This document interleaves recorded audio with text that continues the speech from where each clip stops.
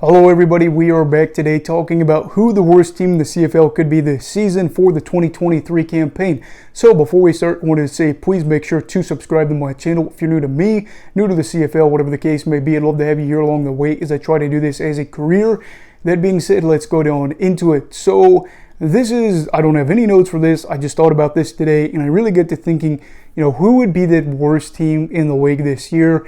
I'm not going to say that one team is definitely going to be that team in this video. So if you're looking for that, it's not going to be that. More so just kind of talking in general about how this thing could go. So, starting off, I think there's a couple teams that probably won't be the worst teams in the league.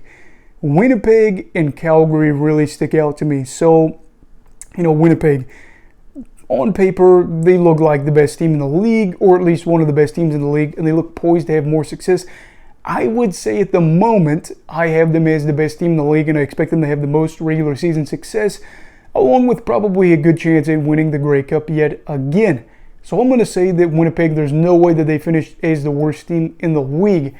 In Calgary, it's one of those things again, Paul Levi Mitchell is gone, yes, but they're just a good group. They get it done. Yeah, they might have a bad stretch, but it's pretty small, and they managed to take care of business. Jake Maier, of course, is in his first year where he's really taking the reins, and he's going to be their quarterback, and he's going to be their starter.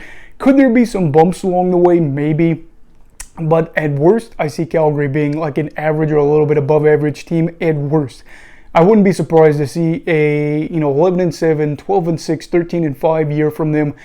I would be shocked to see a 4-14 season from them because that just doesn't happen in Calgary in quite a bit of time. So we're already going to eliminate those two teams. Out east, I would say that the Hamilton Tiger Cats, this is where it gets a little bit tricky, but I would say Hamilton, they've made a lot of moves. Even if it doesn't all click together, it's one of those things that you're thinking, surely they couldn't be the worst overall. So for Hamilton, my logic is that they're really busy, making moves, getting signings, getting Paul Levi Mitchell, among tons of other players. It was just insane, all the guys that they ended up getting. I just don't see a world where Hamilton is the worst team in the league.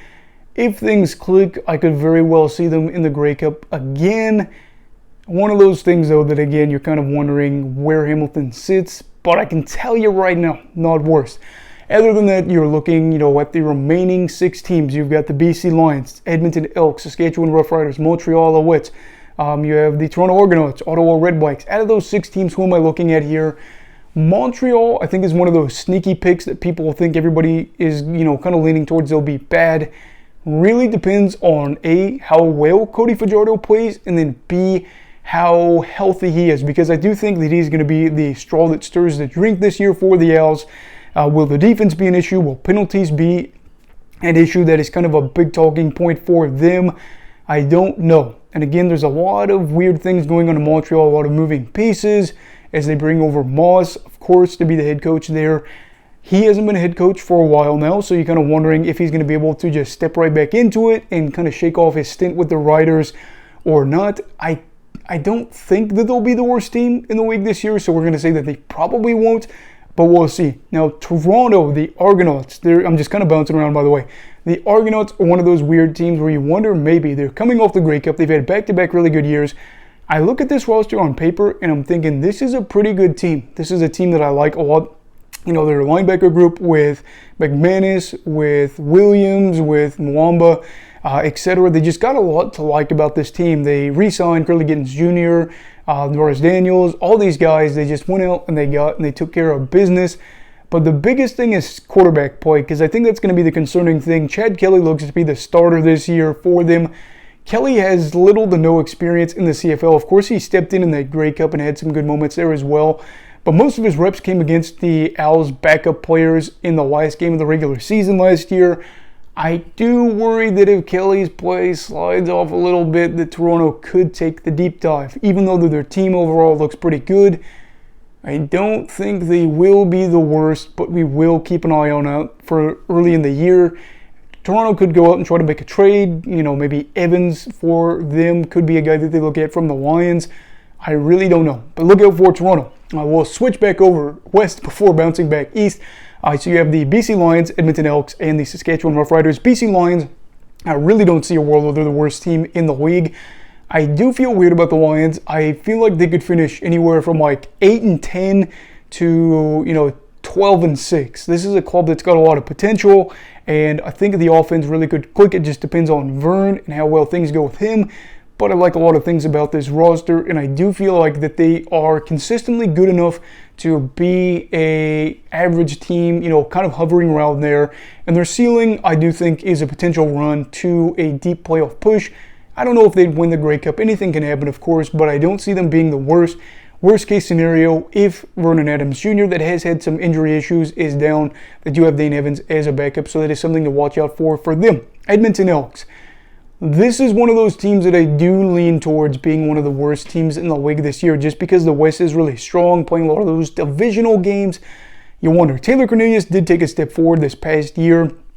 Trey Ford is a guy that they would like to develop, and they did kind of keep some guys that they felt like could be part of their future while cutting away some of these older guys. What will the running back situation look like? Will this whole James Wilder Jr. thing ever, kind of taper off? Are they building a good culture in Edmonton? I went and was going to do a video about that, and I just didn't get around to it because more and more things kept happening about how players weren't happy, either former players or current players in Edmonton. I think that if Edmonton gets off to a slow start this year, this could be a dumpster fire. I don't exactly think that they'll be as bad as last year, where some games that they were just getting absolutely just killed early on. But in general, I do think that Edmonton is one of those early picks that I have to say could get buried under divisional play. And then with their roster and kind of the bad locker room environment, could be one of those teams.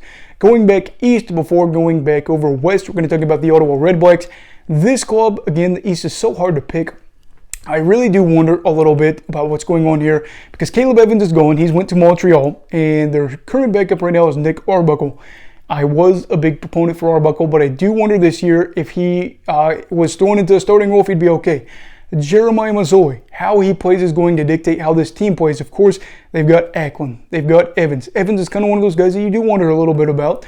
But in general, you like what this team has built. I think Sean Burke has been able to bring in some talent, and I would also say that their record was not indicative of what they looked like early on. When Masoli went down, I think this team's hopes just fell off a cliff. So for Ottawa, I don't think as long as Masoli's healthy that they would be the worst team in the league. And I also think that Arbuckle is good enough as a backup quarterback that in a starting role would be able to keep them away from that last spot. Now, early on, if, let's say that Masoli went down the first game, they might want to consider maybe getting another guy. But again, you would also say Arbuckle could get his shot. And if it doesn't work out, they can say he's not going to be part of our organization going forward. But again, for Ottawa, I'm going to say probably not.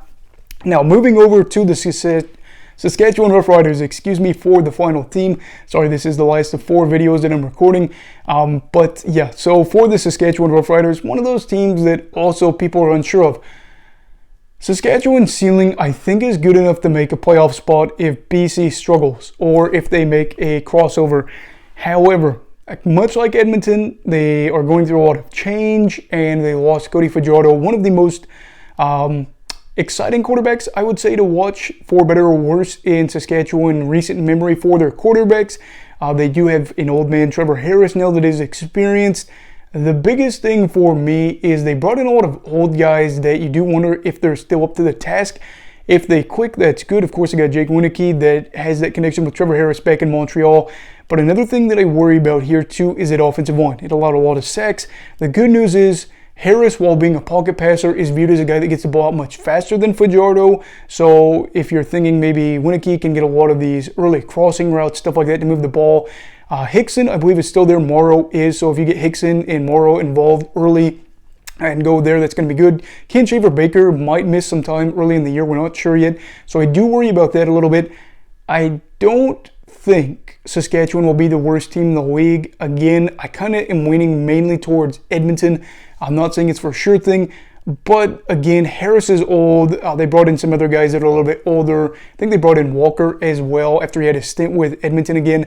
So in general, I do think if Saskatchewan shows age, that it could backfire really quick and they could spiral downhill, but I don't know. Saskatchewan being really bad feels so weird in recent years. They've been pretty good. Of course, last year had a really bad second half of the season where they just fell off and couldn't win any important games. But we will see. All in all, though, I think it is a good thing that our league really doesn't have any teams that stick out as being the for sure worst team in the league. Like I said, there's a lot of situational things about quarterback health that could decide it, age, locker room environment, offensive line play. The defense is going to be a big one too, because of course that ties into whether or not your offense is good. If your offense keeps leaving the defense out on the field, like some of these teams could, then their defense is going to get mauled because they're going to be exhausted. But we will see. Who do you think will be the worst team in the league this year? Why or why not? I'd love to hear your thoughts down below in the comments. Also, please make sure to like this video if you enjoyed it. Subscribe if you're new. Everybody stay safe and have a great night.